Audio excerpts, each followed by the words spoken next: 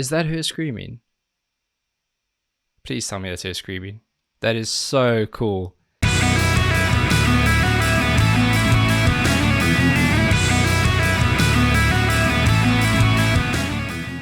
Welcome back, and thank you for joining me for another reaction video. If you're new here, don't forget to subscribe and turn on those notifications, then you will see these as soon as they go live. They are doing a bit of construction in the area, so please ignore them while we get on with it. They clearly have no idea what important work we're doing. We're taking a look at a band called Spiritbox today. I've been getting loads of requests for a long time to look at their music, and they recently released a video for a song called Holy Roller, so I thought it was a fantastic opportunity to see what they're about. I've been getting a lot of requests to look at another song as well from them, which is Rule of Nines. I think it's Rule of Nines, yes. So before you say it in the comments, I promise I will do both. I'm going to start with Holy Roller because sometimes it's nice to look at what they're doing now and then almost go back in time and see what they were doing, where the sound came from. It's a unique perspective that you don't get when you're following the music as it comes out. So super keen to see what they're about. Bit nervous because the song is very short, which means it's normally quite impactful. Spiritbox, Holy Roller. Let's see what you got.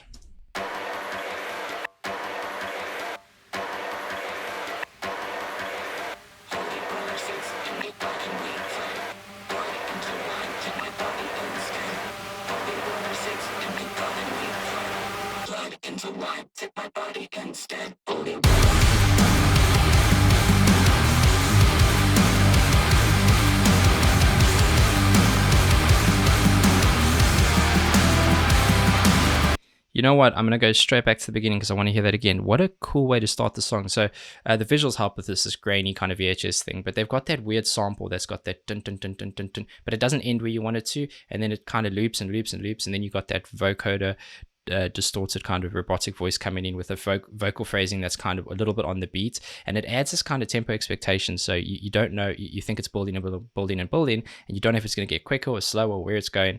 But there's something in the background which is like, I always say things like environmental noises, and what I mean by that is like wind and trees rustling and stuff like that. But it isn't that necessarily, because it does have a tonal value to it, and that's kind of building and building and building and building. You hear more of the high end coming in, then it cuts and it goes straight into what I love, which is an awesome guitar riff, simple but awesome, and just played really well. Some nice bends on there to add a bit of personality, but there is still that synth that's just floating along the whole guitar riff that they were playing. So I need to hear it again, but just a lot of weird things working together very early on.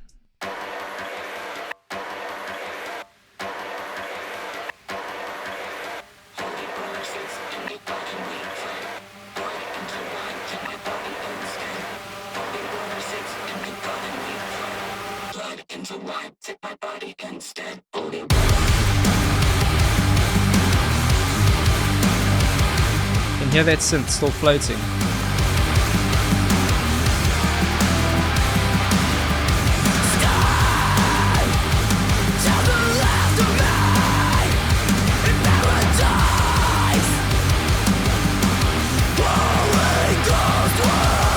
Is that her screaming? Please tell me that's her screaming. That is so cool. I actually, for people who don't listen to a lot of heavier music, there are loads and loads and loads different types of screams, different techniques. And I really like this kind of screaming because it is ultra guttural and it's got like a bit of a tweak on the high end. There's still good pronunciation in it, but just really brutal. And funny enough, reminds me of one of my favorite singers and favorite bands, and that is Keith Buckley from Every Time I Die. He's got a similar guttural scream, brutal scream that's got a tweak on the high end. Very, very cool. I was not expecting this. This is rad.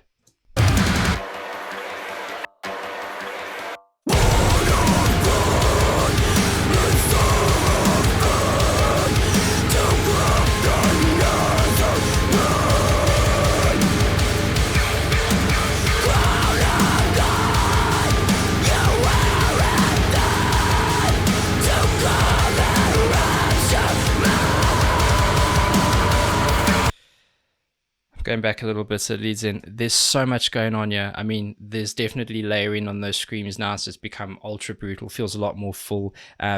Great guitar riff ringing out. Drummer's doing some he's playing a pretty simple beats, but he's changing up some of his kick work, so keeps it a little fresh.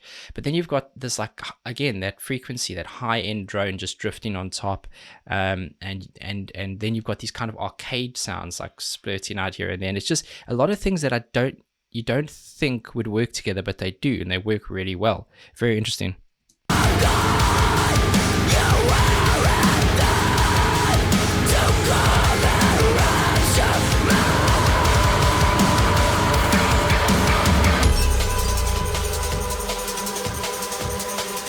Now we got into straight Prodigy.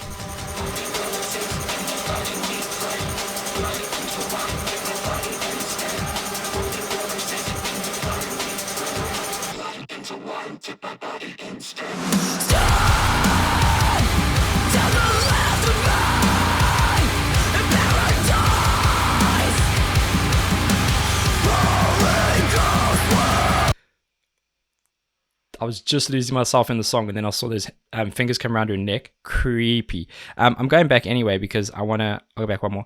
When the guitar kicks in and into this next piece of the song, just really, really takes kind of front and center stage. Really powerful. It's good layering, great production on that. But you don't lose the value of the scream. You don't lose the importance and significance of what the vocals are doing. So it's really awesome. Creepy video, but I'm loving it. I'm a big horror film fan, so this is like, reminds me a little bit of like Midsummer kind of vibes, and then mixed with a bit of Insidious. Very cool.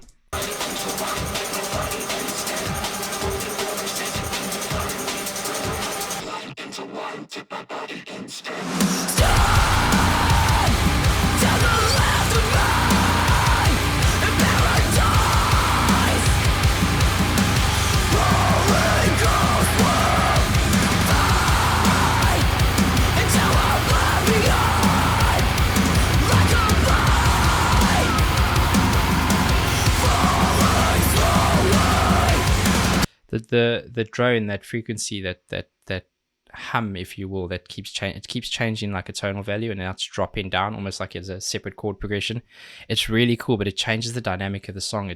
It goes from being, ironically to say, with something that's so heavy, but something that feels light, to something that feels really dark and dense. It's smart.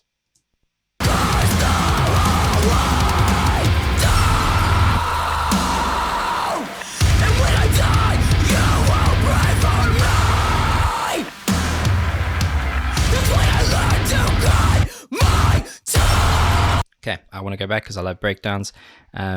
What makes a successful breakdown, at least to me, is there's got to be a significant change in the tempo and the speed, of course, but it's knowing when to be busy and knowing when not to be. So those gaps in the music where you hear kind of the cymbals ring out, and there's normally just vocals screaming on top, that is kind of your traditional, okay, this is a breakdown. But then they find parts to be busy. So in the tail of it, at the end of it, there's a lot of double kick work, a lot of like intricate guitar palm muting, and it's like busy, busy, busy, and then break again.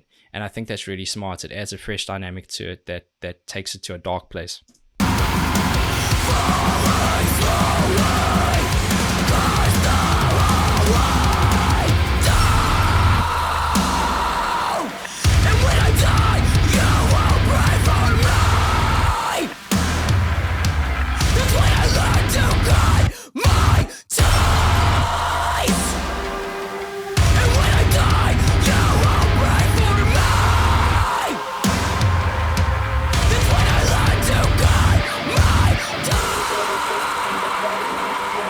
Come back full circle.